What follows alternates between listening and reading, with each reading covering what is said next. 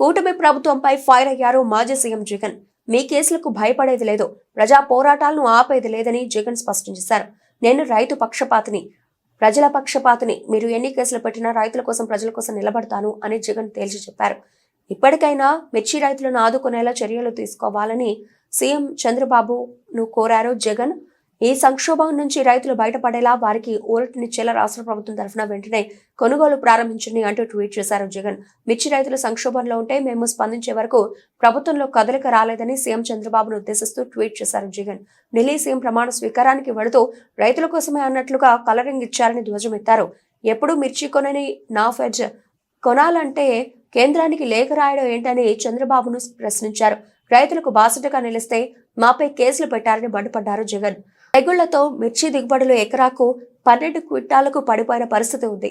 కొనేవాడు లేక 10,000 రూపాయలకు రైతులు తెగనమ్ముకోవాల్సిన దుస్థితి. పెట్టుబడి ఖర్చులు చూస్తే ఎకరాకు 1,50,000 రూపాయలు పైమాటే.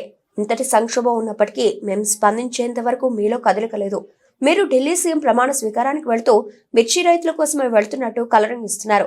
తూతూ మంత్రంగా మళ్లీ రైతులను మోసం చేసి ఏ సంబంధం లేని కేంద్రానికి లేఖ రాయడం ఏంటి? కేంద్ర ప్రభుత్వ సంస్థ నాఫెడ్ ఎప్పుడు ఏ రాష్ట్రంలోనూ ఎక్కడ మిర్చిని కొనుగోలు చేయలేదని తెలిసి కూడా లేఖ రాయడం ఏంటి?